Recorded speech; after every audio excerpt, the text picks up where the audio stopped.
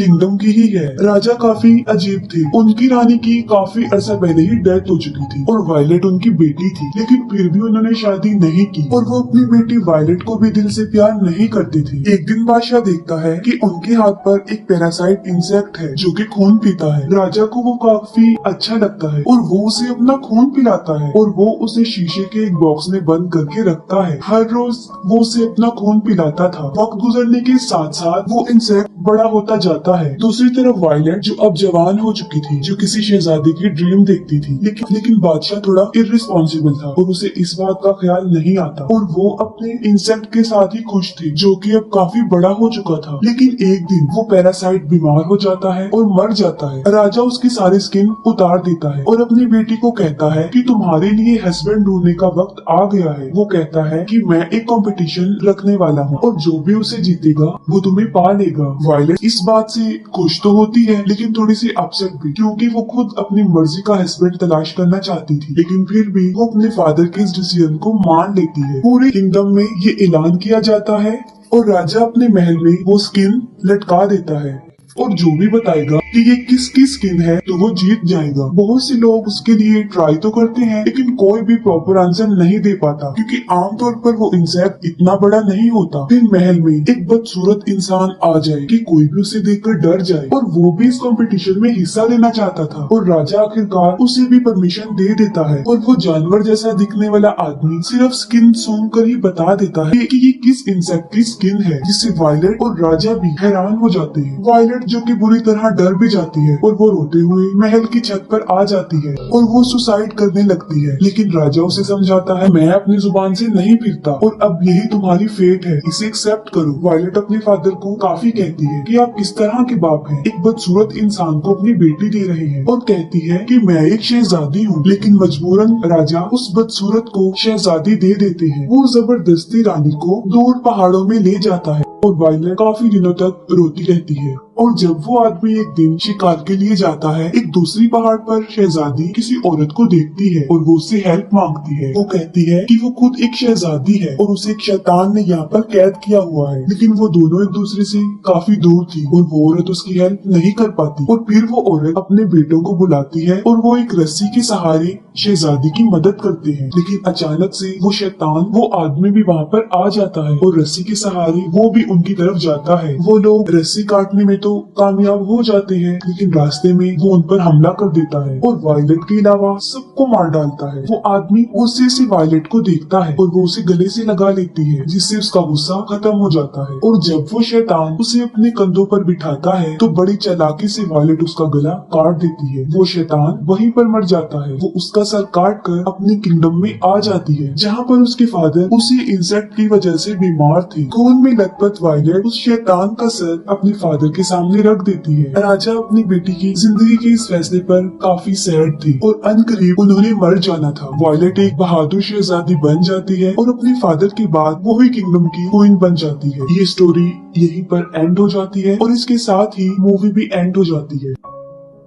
Kingdom of long थ्रिलिस में एक राजा और रानी की है। राजा जो कि अपनी रानी को बहुत प्यार करते थे और उनकी विश थी कि उनकी रानी हमेशा खुश रहे, लेकिन बदकिस्मती से रानी कभी मां नहीं बन सकती और इस बात को लेकर वो काफी सैड रहती थी। वैसे तो राजा पूरे किंगडम से डॉक्टर्स को बुलवाते थे कि वो रानी का ट्रीटमेंट कर सके, लेकिन किसी की समझ में भी कुछ नहीं आता और वो उनकी हेल्प नहीं कर पाते थे। फिर एक दिन राजा अपने महल में सर्कस वालों को बुलवाते हैं ताकि वो लोग उन्हें एंटरटेन करें और रानी का दिल भी बहल जाए, लेकिन सर्कस में आने वाले लोगों में एक औरत प्रेग्नेंट थी, जिसे देखकर रानी का मूड और भी ज्यादा खराब हो जाता है। काफी गुस्से में आकर अपने रूम में जाकर रानी चीजें तोड़ने लग जाती है। राजा अपनी रानी से प्यार करते थे और वो उन्हें यकीन दिलाते हैं कि उनके लिए वो कुछ भी कर लेंगे। और अगले दिन रात को महल में एक लंबा पतला बूढ़ा आदमी आता है जो ये क्लेम करता है कि वो इस मैटर में रानी की हेल्प कर सकता है। राजा उसे कहता है कि तुमसे पहले भी बहुत लोग आ चुके हैं और ऐसे ही दावा करते हैं, लेकिन कोई भी हमारी मदद नहीं कर पाया, तो तुम इतनी यकीन के साथ कैसे कह सकते हो। तब वो आदमी उसे समझाता है कि ये पॉसिबल है, बस सवाल ये है कि तुम बच्चा लेने के लिए किस हद तक जा सकते हो। जिस पर वो कहते हैं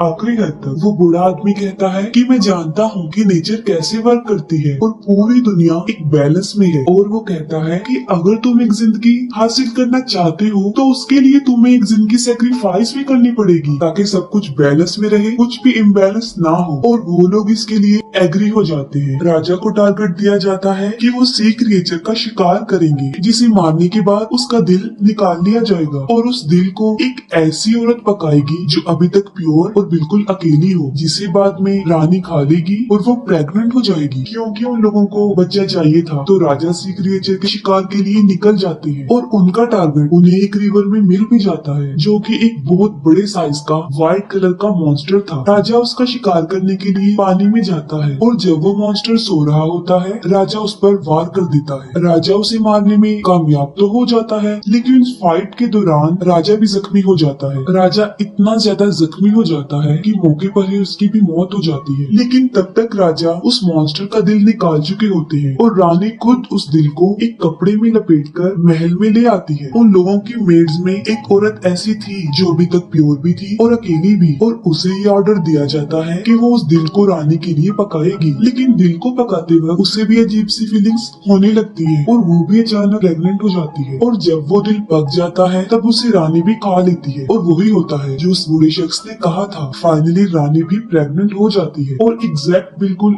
एक ही टाइम पर रानी और वो मेड अपने अपने बच्चों को पैदा करती है। वो दोनों बच्चे लड़के ही थे। रानी अपने बेटे का नाम इलियस रखती है और मेड अपने बेटे का नाम जोना रखती है। फिर कहानी 16 साल के बाद दिखाई जाती है जहाँ वो बच्चे अब बड़े हो चुके थे। रानी अपने बेटे के साथ बहुत खुश थी जैसे उसे नई जिंदगी मिल गई हो। वो दोनों बच्चे एक ही दिन पैदा हुए थे और वो नॉर्मल बच्चों से थोड़ा अलग भी थे। उनके सारे हेयर्स व्हाइट कलर के थे जो बिल्कुल उस सी मॉन्स्टर को रिप्रेजेंट कर रहे थे और वो दोनों देखने में भी बिल्कुल सेम थे। वो दोनों ट्विंस लगते थे। वो दोनों एक दूसरे के काफी करीब थे, एक दूसरे से मिलते जुलते रहते थे। उनकी फ्रेंडशिप थी। लेकिन महारानी को उन दोनों की दोस्ती पसंद नहीं थी। वो अपने बेटे को समझाती रहती थी कि तुम एक शहजादे हो, तुम्हारी दोस्ती किसी नौकरानी के बेटे से नहीं हो सकती। लेकिन इलियस अपनी मदर की एक नहीं सुनता था और इसके बावजूद भी वो दोनों मिलते थे और उन दोनों में ये एबिलिटी भी थी कि वो पानी में सांस ले सकते थे और छुपने के लिए अक्सर वो उसी रिवर में जाया करते थे जहाँ पर उस मॉन्स्टर को मारा गया था। रानी अपनी मेड को वार्न करती है कि अगर उसने अपने बेटे को नहीं समझाया तो वो उसे और उसके बेटे दोनों को ही किंगडम से निकाल देगी। लेकिन फिर भी वो बाज नहीं आते थे।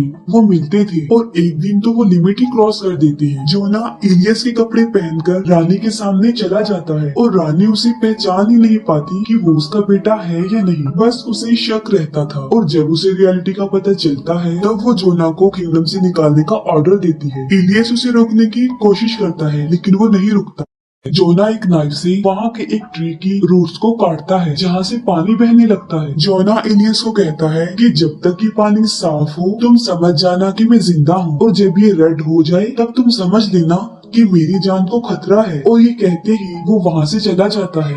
कई महीने गुजर चुके होते हैं और इलियस पानी देखने के लिए भी आता था और एक दिन वो पानी रेड हो जाता है। तब वो समझ जाता है कि जोना की जान खतरे में है और कुछ तो गड़बड़ जरूर है और वो अपनी मदर को इन्फॉर्म किए बगैर ही किंगडम से जोना को ढूंढने निकल जाता है। काफी तलाश करने के बाद उसे जोना का घर मिल जाता है। जोना एक लड़की से शादी कर चुका होता है। क्योंकि दोनों के फेस मैच होते थे तो वो लोग उसे जोना ही समझ लेते हैं और तब उसे पूछने पर पता चलता है कि जोना 5 दिन पहले जंगल गया था और अभी तक वहाँ से वापस नहीं आया है। तब इलियस भी जोना को ढूंढने जंगल में चला जाता है और पीछे से रानी को अपने बेटे की बहुत फिक्र हो रही थी। वो पूरे किंगडम में उसकी तलाश करवाती है लेकिन वो किसी को भी नहीं मिलता और फिर वो उसी बूढ़े शख्स को बुलवाती है और वो बूढ़ा शख्स एक बार फिर से वही डिमांड कर देता है कि अगर महारानी अपने बेटे को वापस लाना चाहती है तो जान के बदले जान देनी होगी और वो इस बात के लिए मान भी जाती है। जंगल में जोना कहीं पर फंस गया था और काफी जख्मी भी हो चुका था और तब एक उड़ने वाला मॉन्स्टर उस पर हमला करता है और उसे जान से मारने की कोशिश करता है। जोना की चीखें सुनकर इलियस को उसे ढूंढने में आसानी हो जाती है। वो जोना को ढूंढ लेता है और अपने तलवार से उस मॉन्स्टर को मार डालता है। लेकिन वो फ्लाइंग मॉन्स्टर उसकी अपनी माँ थी और उसे ये अंदाजा नहीं था कि उसने अपनी माँ को ही मार डाला। लेकिन बार्गेनिंग भी यही हुई थी, जान के बदले जान। जोना की जान बच जाती है और इलियस किंगडम का बादशाह बन जाता है। जाता है और यहीं पर स्टोरी का एंड हो जाता है। एक किंग और एक बूढ़ी औरत की है और यहाँ का किंग काफी अयाश था। हर वक्त उसके पास लड़कियां रहती थी और वो खुद शराब के नशे में रहता था, लेकिन अभी तक उसे कोई रानी नहीं मिली थी, कोई ऐसी जिसे किंग दिल से एक्सेप्ट करे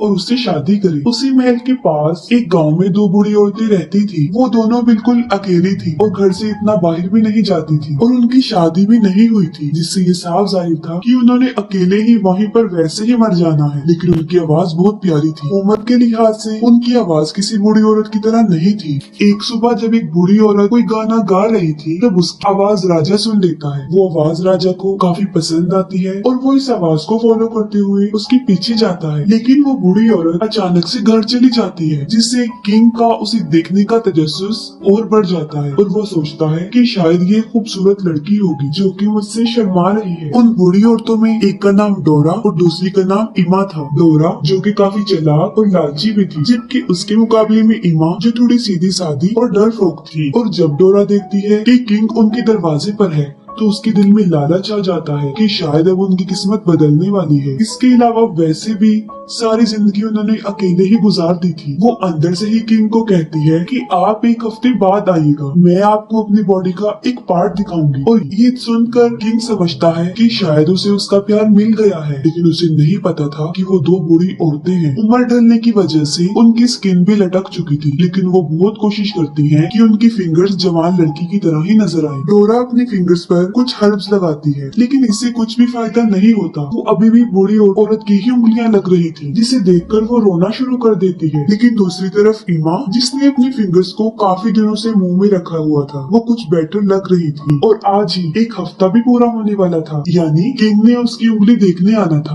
और डोरा जो कि बहुत चालाक थी, वो अपनी उंगली की बजाय इमा की उंगली दिखा देती है। अब किंग खुद पर कंट्रोल नहीं कर पा रहा था जो उन्हें देखना चाहता था, लेकिन वो जानती थी कि अगर किंग को उनकी इस हरकत का पता चल गया तो वो उन्हें सूली पर लटका देगा, जिसके लिए वो फिर एक शर्त रख देती है। वो कहती है कि मैं आधी रात को आपके महल में आऊंगी, जिसके लिए शर्त ये होगी कि वहाँ पर बिल्कुल अंधेरा हो, महल के सारे कैंडल लाइट्स बुझा दिए जाएं, जिसके लिए किंग एग्री हो जाता है। अब इमा डोरा की बॉडी को किसी ग्लू केमिकल से टाइट करती है ताकि वो एक जवान लड़की की बॉडी लगे। आधी रात को किंग का एक आदमी डोरा को लेने आता है और उसकी शर्त के मुताबिक महल में अंधेरा होता है। सुबह को उसे फील होता है कि कुछ तो गड़बड़ है और जब लाइट में वो उसे देखता है कि उसने एक रात एक बूढ़ी औरत के साथ गुजारी तो वो गुस्से से पागल हो जाता है और डोरा को अपने महल की खिड़की से बाहर फेंक देता है। लेकिन जंगल में डोरा बच जाती है और उसके साथ एक मैजिक हो जाता है। वहाँ पर एक विच आती है और देखते ही देखते वो बूढ़ी बदसूरत डोरा